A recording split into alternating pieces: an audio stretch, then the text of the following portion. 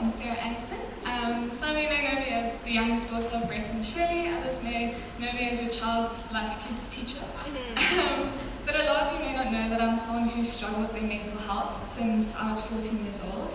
I'm 21 now, so 7 years. So just a little background. I don't know why or exactly when my mental health took such a hit. There was no big moment or incident that caused it. I just remember waking up morning after morning being very content in the thought of not being here anymore. I did go to counselling, I was on medication, but I honestly just didn't have the energy or, that mindset to try and work on myself, to try and feel better. So as the years went on, it was kind of just this hidden on and off battle of just pretending to be okay. Not to say that there wasn't happy or joyful moments, but that's kind of all they were, just these brief moments that very quickly disappeared and kind of merged into just numbness. So by the time I had finished high school, I kind of just accepted that this is how I was. I was very irritable, very angry, very numb, and I pretty much grieved happiness. Like, I'd gone through the stages of grief, as weird as it sounds, but with my own happiness.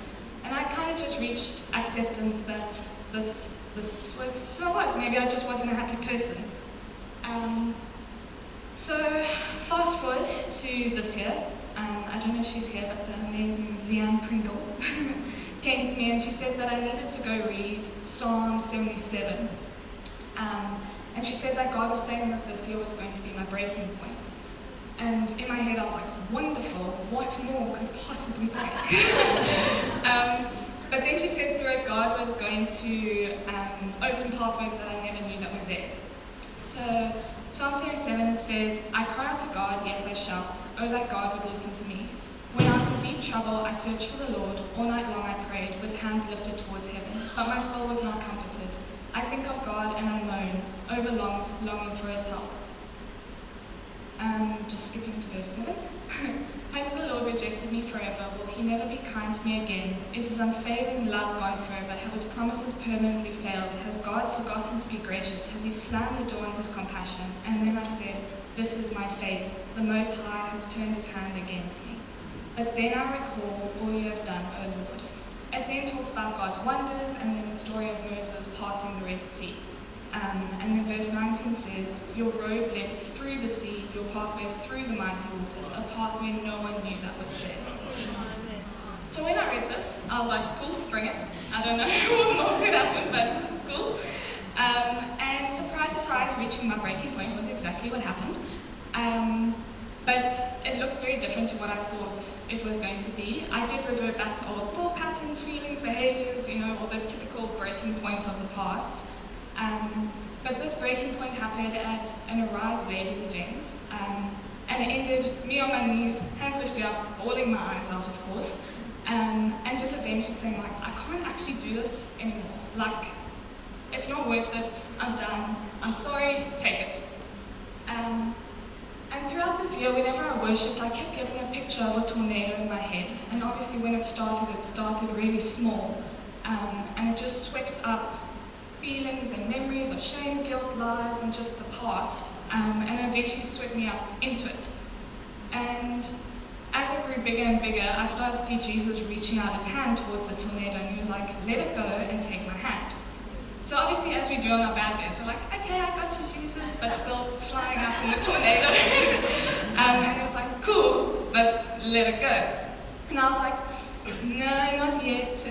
I just need to fix a few things, and then I can fully take your hand. I can do it on my own. Newsflash, I definitely could not do it on my own. So at this Arise event, when I finally admitted, okay, I can't do it, you can take it, the tornado picture came into my head again. And so I took Jesus' hand, and the funny thing was that I was hoping or expecting him to pull me out of this tornado, but he actually pulled himself in. And I felt him say, it's okay, it's done, stop fighting this battle, I've already won. So then I just really took a moment to do communion by myself, and I just noticed how red the juice was. And and I was just reminded by the power of Jesus' blood. And as I drank it, just the feeling of complete freedom, forgiveness, and just overwhelming peace and love came over me. And I finally remember being able to breathe.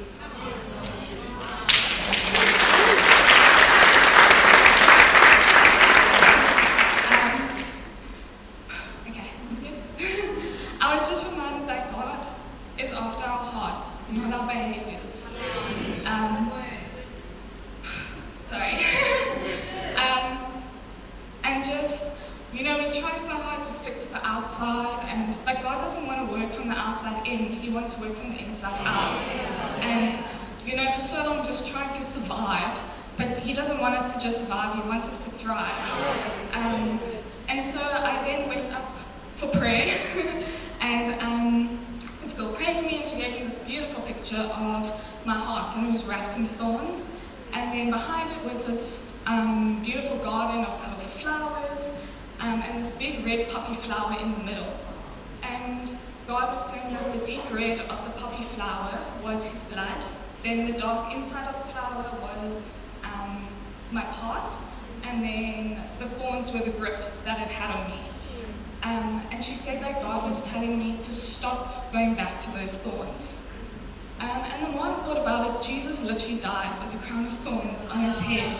Like, He took the shame, the guilt, the lies, and wore it as a crown, so that we don't have to be gripped by it. And then I went home and I looked at specifically what a red poppy flower represented, and it's remembrance and hope of a peaceful future. So I just want to end with an encouragement that I'm sure many of us have said the phrase, "I'm just so tired of life," whether you've meant it literally or just after a long week, day, month, year, I don't know. But in those thoughts and in those moments when those thoughts come in of when you're feeling like the beginning of Psalm 77 saying, like, God's love failed, doesn't care, I'm too far gone, this is my fate, and I'm just so tired of life, just remember that Jesus is saying it's okay because I gave you mine. So yes, I am the daughter or the life kids teacher, but I am loved, free, forgiven, and I never got to say